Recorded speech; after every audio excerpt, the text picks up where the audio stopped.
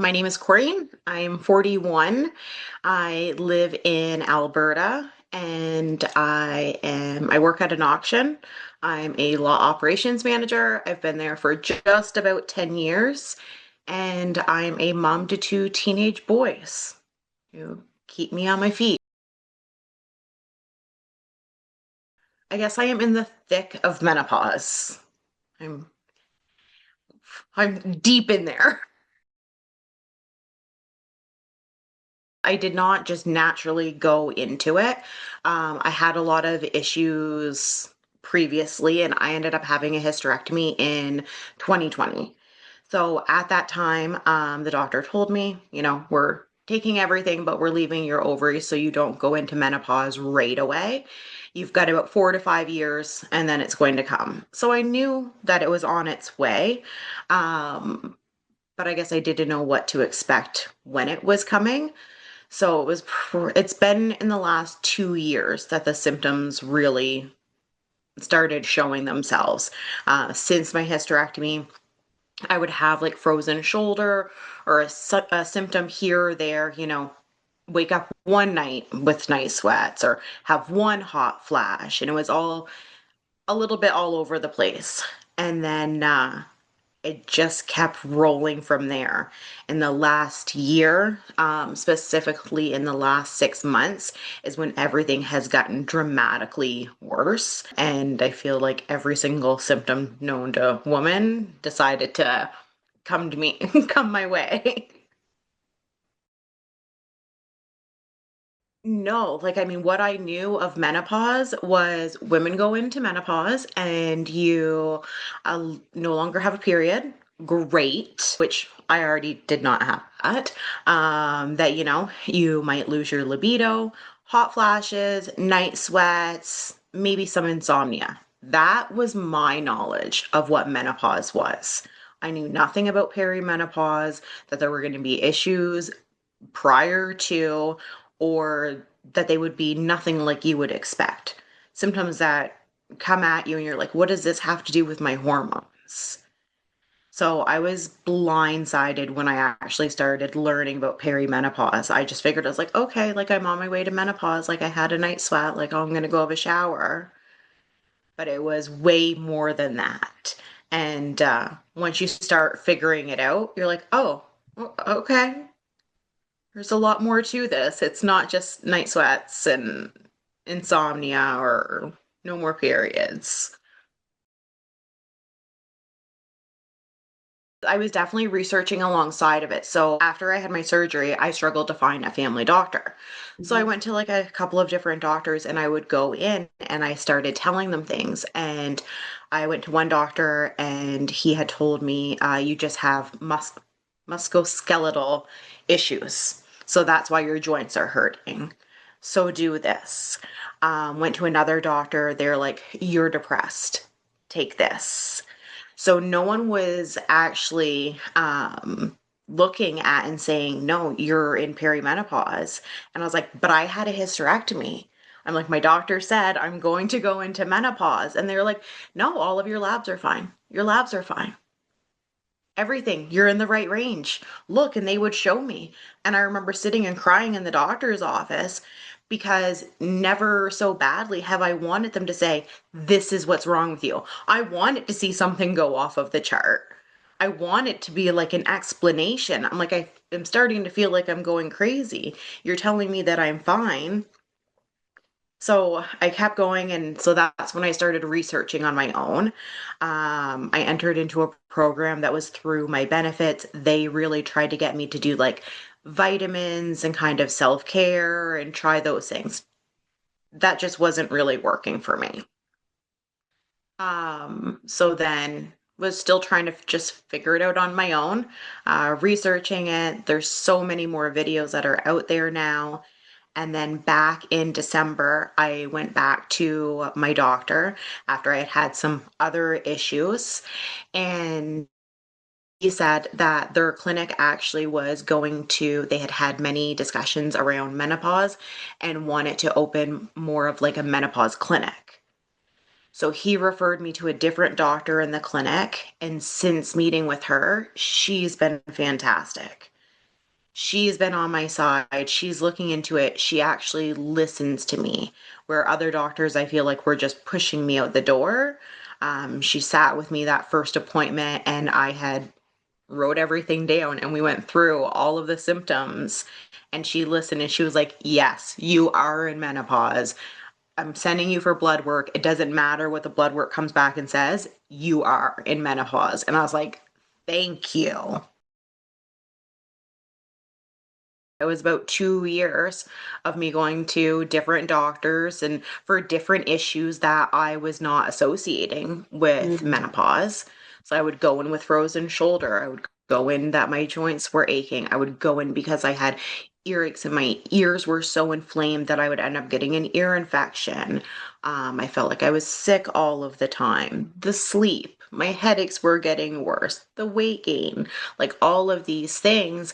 And they're like, oh no, it's for this or it's this reason. But nobody was actually connecting the dots that it all had to do because I was menopausal. She tested me for lots. Like I remember looking at the rec sheet and there were tons of things that were checked off. Specifically, I know that she looked at, she tested like, I think it was like my liver, my thyroid for diabetes, my estrogen levels, um, testosterone. Like there was tons that was on there. And everything came back. When they came back, it was like, oh, you're in the right range. You're in the right range. You're here. And I'm like, then what's wrong with me? I don't. Okay. I mean, luckily I don't really track it too much anymore. Right. But yeah, she had just, I went to that appointment and she was like, I need you to go get blood work done. And I went and I had the blood work done the very next day. Okay. And then I went back and seen her 2 days later. And then that's when she was like, okay. And she started me on two different prescriptions at that time. So she had started me on estrogen right away, Mhm. the patches, and then she put me on propanolol. Yeah. Okay. So she'd put me on those to start, and I did that for a couple of months. I didn't even make it 3 months. I think I made it about 2 months. I felt like everything was the same. I did not feel like anything changed. I mean, I don't know if I was waiting for magic to happen when I slapped that estrogen patch on and I was like, there's gonna be bells ringing and I was going to magically feel better, but I didn't feel any change. And I was like, okay, you try a new prescription, you've got to wait. It can take a minimum of 6 weeks. So I waited and I think I got to the 9 week mark. And I knew, I was like, no, this is not changing. So that's when I went back to her and then she changed my prescriptions again. Well, she's switched me. So we've gone a couple of times. So she switched my patches again. Hmm. Um, but patches are terrible and they don't like to stay on. They like to come off.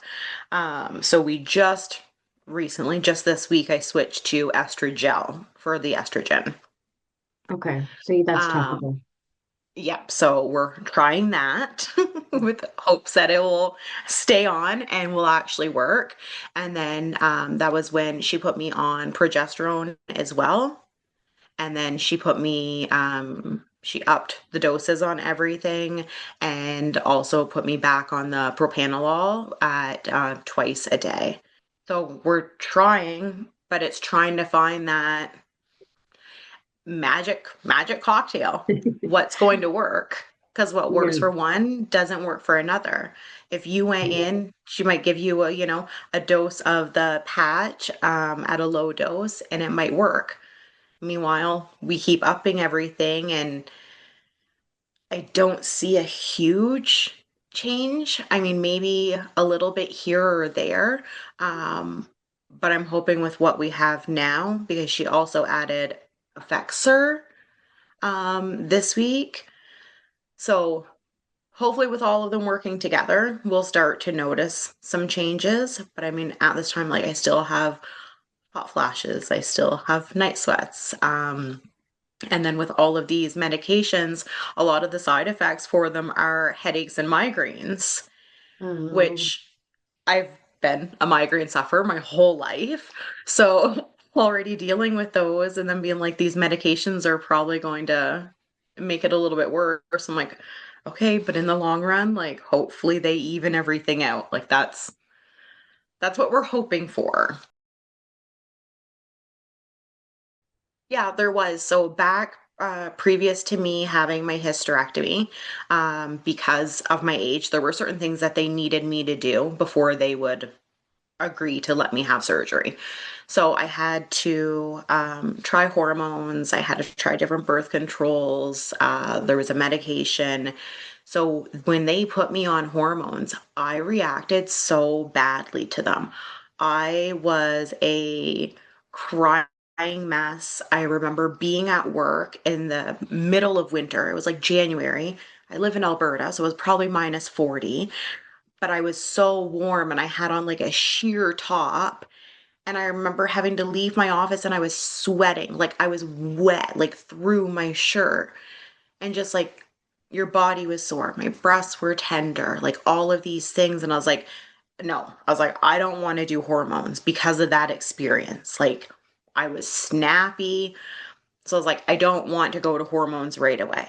So that's where I tried.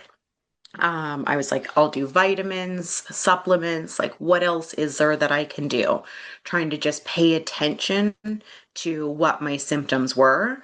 But after I was doing vitamins and stuff and, trying to get out and get fresh air or what other things could I do, I knew the more symptoms that I got, I wasn't going to have a choice but to try to go on HRT. so you gave the natural way a shot before going on HRT. Okay. And There was then also so much that was said about HRT and that, it causes breast cancer and that there's all of these other issues. So it's like, hey, if I can stay away from that and I can figure this out on my own, Mhm. but no, that was not the case. I think that it has, I mean, like, I feel like I'm changing as a person as you do during phases of life. Some of it is good and some of it's not. When you have to say no to people, you feel like you're letting them down. So I know back probably a year and a half ago, being asked to go do things or invited to go out or having these obligations and just wanting to cancel or saying, I don't feel like it. And then you have people that are like, come on out. Um, I haven't seen you. So then you felt like you had to.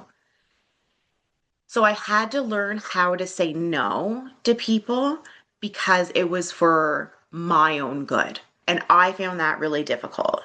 So definitely with my friendships, I know that I have pulled away. Um, a lot of times I feel like a shell of myself or who I used to be because I don't have it in me to do all of those things, like getting through the day to day of, working and coming home. You have a life at home, and I have children. So that had to become my main focus. And anything outside of that, I had to learn if I'm not up to it, I can't do it. So it's definitely affected friendships, even with my children. Like I'm too tired. Like I can't go out and do that right now, or I'm not feeling myself.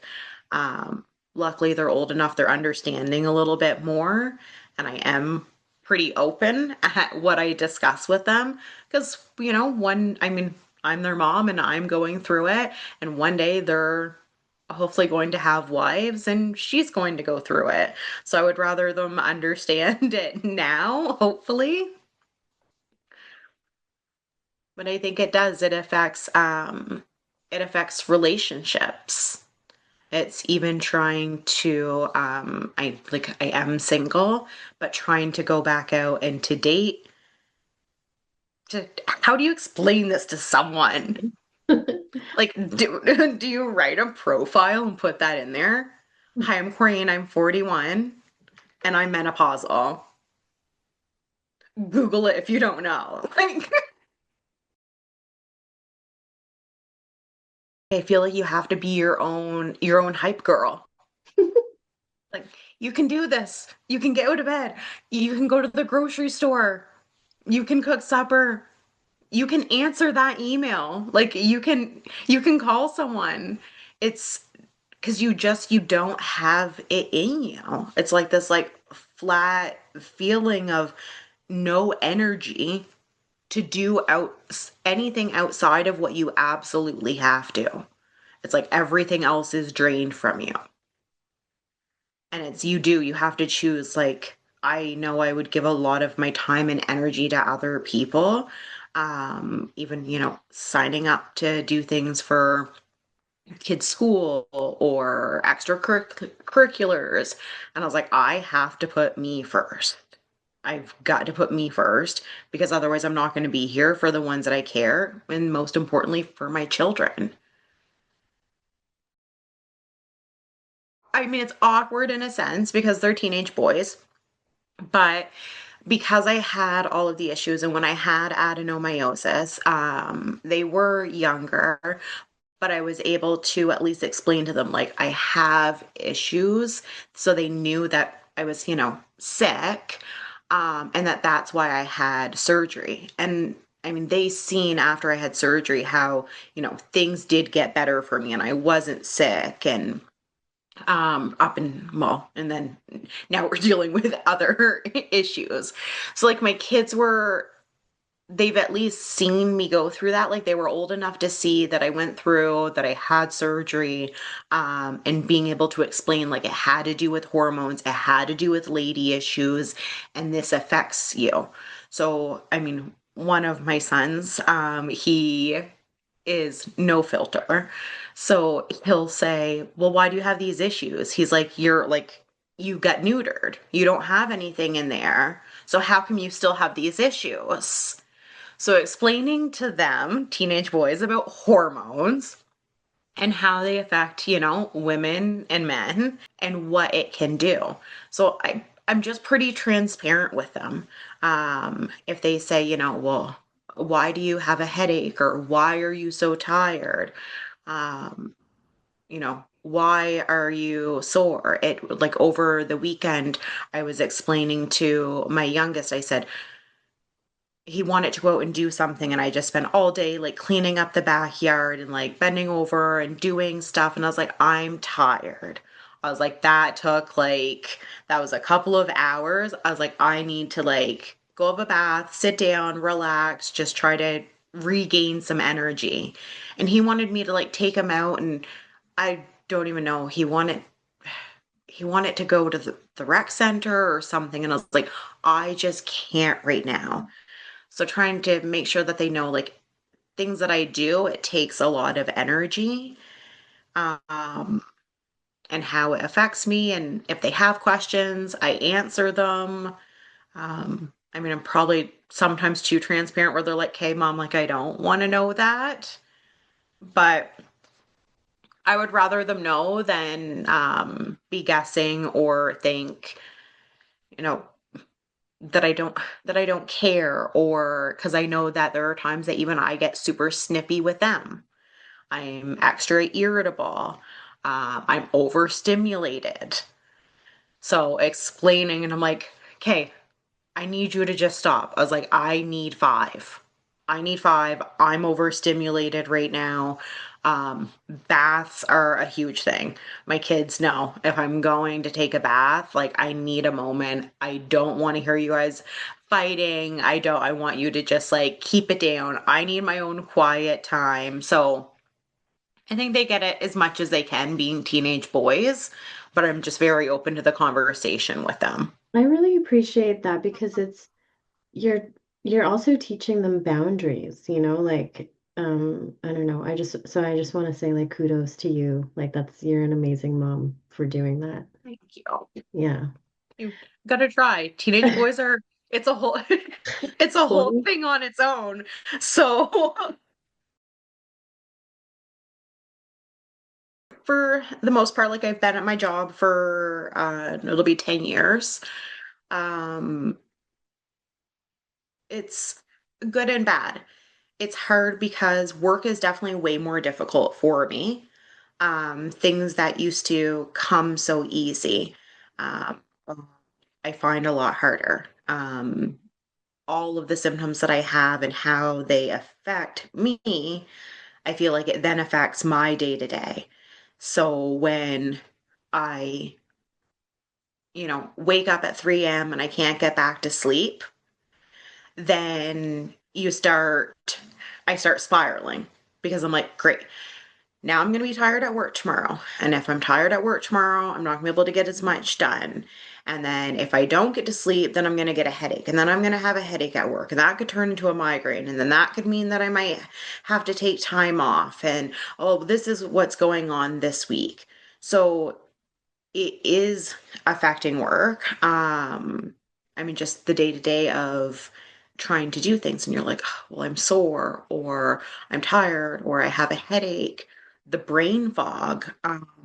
If I'm not new at my job, I know things, I know what we do very well, but all of a sudden you forget things, or you're talking and you forget a word. So then you feel stupid. And you're like, oh my goodness. And if you're talking to somebody, especially if it's, a coworker or you're in a meeting or a customer, it makes you feel really dumb, which also affects your confidence. So you're trying to do all of these things, but I don't feel like I'm the same person at work that I was even 2 years ago. Um, my management team, like we are close knit team, and they are really wonderful about it.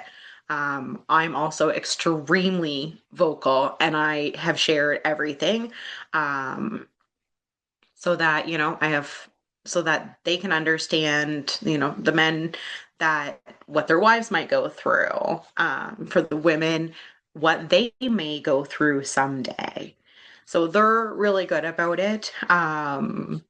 We, kind of poke fun at it sometimes because it is worth laughs when I'm having hot flashes at work, and, they're trying to help me cool down. So, just actually like last week, one of them came, we were in a meeting, and one of them came in and they're like, the management team decided that we were going to get you a present. And they pulled out, and it was a neck cooling fan. So I have that in my office. So like they are supportive, like they know what I'm going through.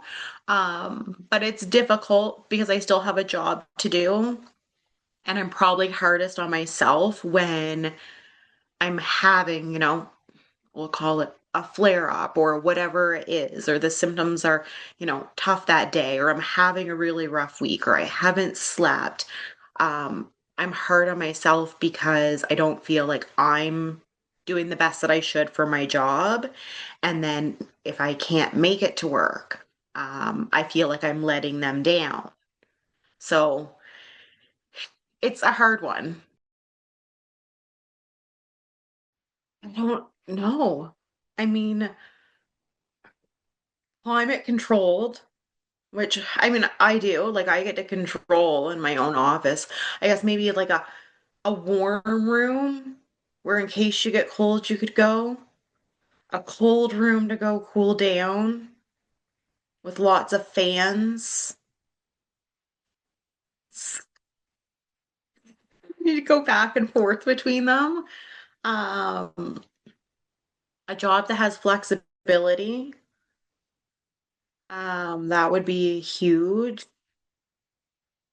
Um,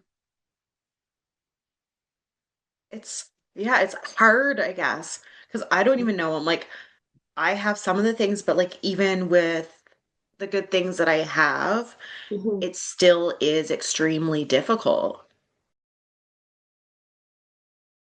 I ended up bringing it up because there were different times, so I would be at work and yes, like get very warm and have hot flashes. And I had had coworkers who had said like you're too young for that. And I was like, well, I'm going to because I had surgery.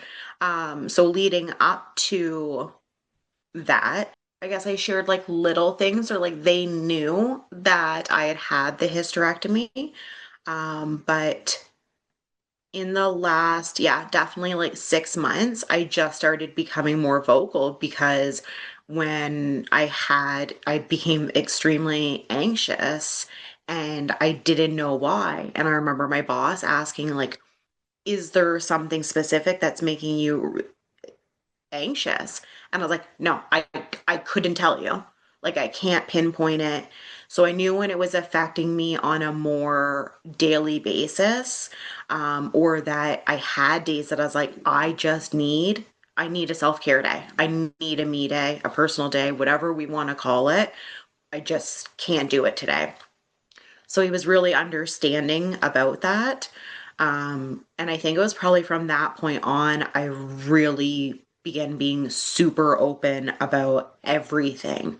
And that was around the same time that I went to the doctor and I walked in there with a whole sheet of every single symptom that I felt like I had been experiencing over the last year.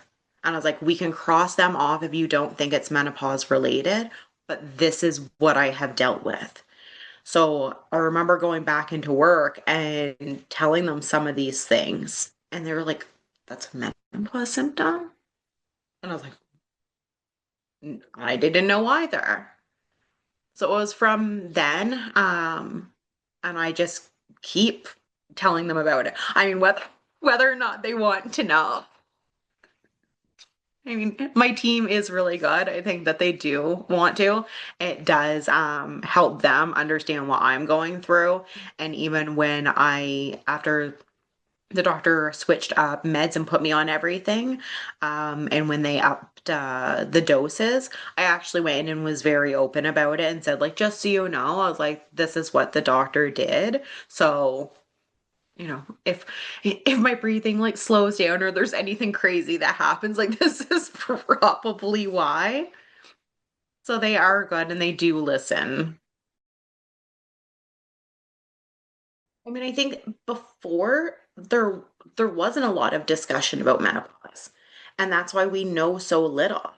I mean, if we think to, I never remember ever hearing my mom or my grandmother or like aunts, like I don't remember anyone talking about it really. Other than well, you go through menopause and you don't have a period anymore and hot flashes and night sweats, and that was really it. And then hearing, I guess, as I got older, I guess about menopause and kind of the stigma around like HRT, and how it's bad for you and you shouldn't take it and you should just kind of go through it. Like that's mostly all that I knew. So I think the way that people are discussing it now, um, social media, as much as I have a love and hate relationship with it, I'm extremely thankful because there's so many people that are coming out and are willing to talk about their experiences and share it. And it shows that what one woman goes through in menopause is not the same for others, and understanding that there's factors that, if you've gone through apparently stress in your life, then that can affect how your hormones are.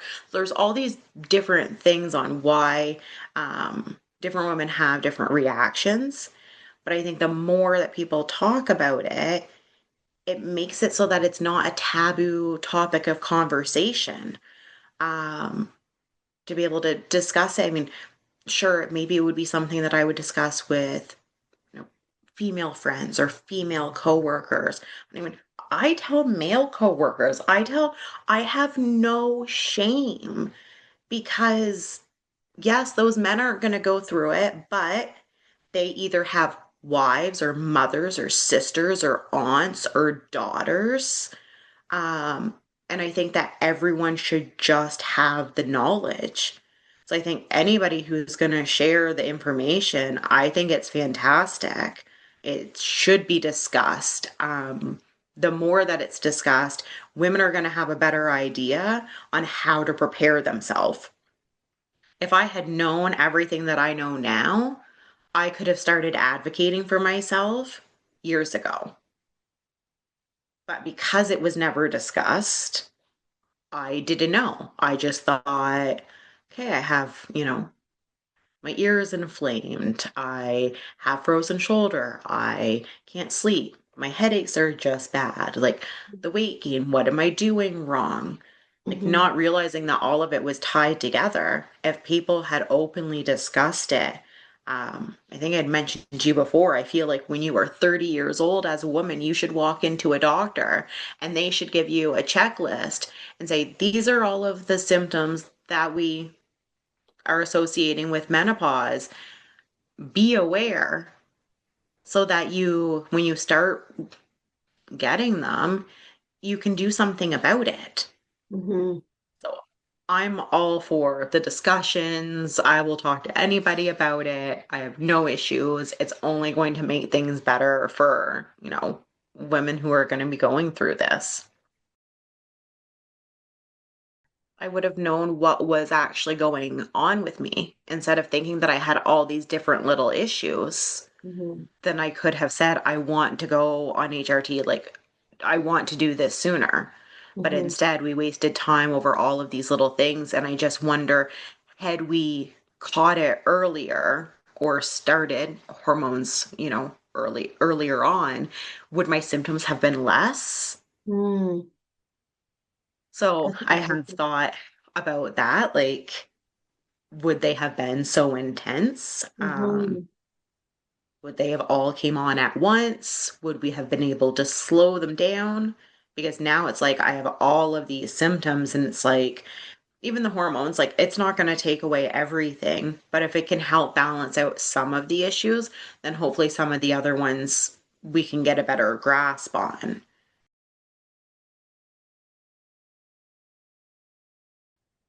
Loaded question. um, I mean, I definitely view menopause way different because I never knew this is what it was. I never knew how much of an effect it was going to have on my life, on my relationships, on my day to day. Um, it's been such a whirlwind. Like, it's definitely changed my mind on that this is what women go through and how to deal with it. It's it's a lot for how I view myself. Like, I mean, I definitely like I feel different. I know that I've changed, and I guess just putting myself first on what I need and trying to really make my health a priority. It does. Like it changes you. Like I definitely feel different. Um, but I mean, it's also like when it comes to how you feel and like the loss of joy in things that you used to do. It's almost like a flat feeling. You're a shell of yourself. I don't recognize myself now compared to who I used to be as an extremely social, wanted to do things. You could wanted to do things with my children. I had more focus. I mean, it affects your mental health along with everything else. So it's definitely changed me. And I'm hoping that I will get back to somebody that I truly recognize. Um, but it does make you look at life differently, how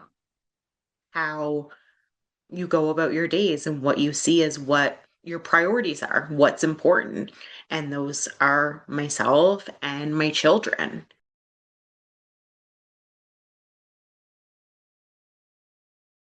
I think just getting myself back, having, back to a sense of who I am. I think women probably say that because you go through it's this phase in your life and how it affects you. And it does make you think about things. So by the time you get to the other side, you see things in a different light. Um, but being on that other side and being, I guess, comfortable in my own skin, knowing how to deal with things, having less symptoms, me getting a full night's sleep, I think that would be good. Uh, but it's yeah, waiting to get to the other side. I'm just fearful of how long it's gonna take to get there because they say it can last up to 10 years.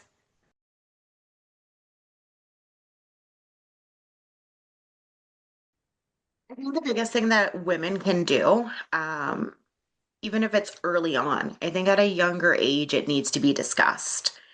The stigma is going away.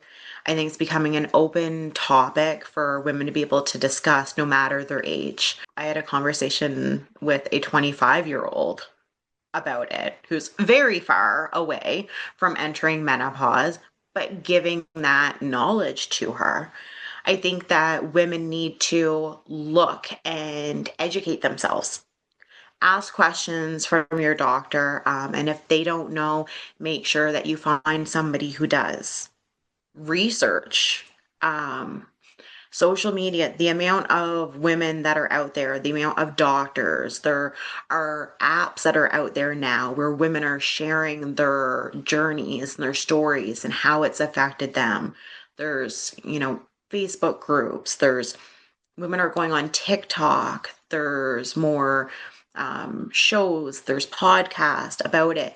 Watch them, even if you think you're 20 years away from it, so that you understand, look, what are the symptoms of perimenopause? Know that there's a difference between perimenopause and menopause, and that you may start experiencing some of those far before you're ready. Because if you know, the more that you know about it, you're going to be able to walk in and advocate for yourself when you go to see a doctor. The process for anything, seeing a doctor, is extremely long, can take forever to try to figure out a diagnosis. But if you can go in and say, I've already noticed that I've been having these symptoms for 6 months, these are consistent, I think that I am going through perimenopause. You bring that to their attention, then hopefully they're going to look into it for you and you continue to advocate for yourself. I think it's just getting on it earlier on and not waiting. I think as women, we're so used to kind of letting things slide, or I'll take care of myself last, or I'm going to be fine. It's like sometimes with these symptoms, it's like, am I having a medical emergency or is this just another symptom of menopause? Like, what is she? So I think knowing that so much of it is tied together, it's uh it's only for your own good.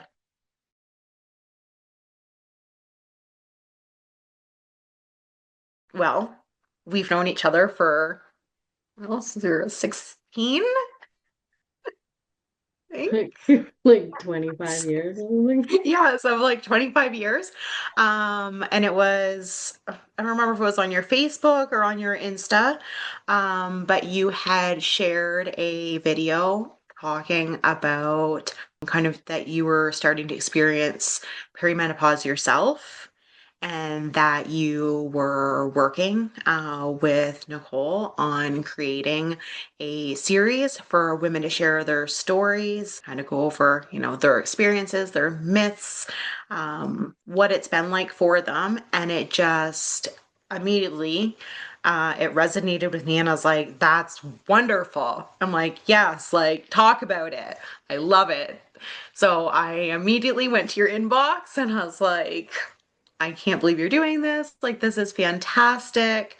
I believe that there should be so much more education and knowledge around it. And I think I just said, if because you had asked in your video if you are interested. I said, yes, I would be interested if you need people. And that was it. I'm all about sharing the story. I think the more journeys that are shared, it's going to make it a lot easier for other women. It's hard enough And when you start to feel like you're going crazy and you're having all of these issues. So if somebody can shed some light on it, I'm all for it. I think that it's beautiful that you and Nicole have come together to do this, and that you're taking experience from women around, the different stages that they're going through. And I just hope that it helps other women before they get to the point of that it's too much.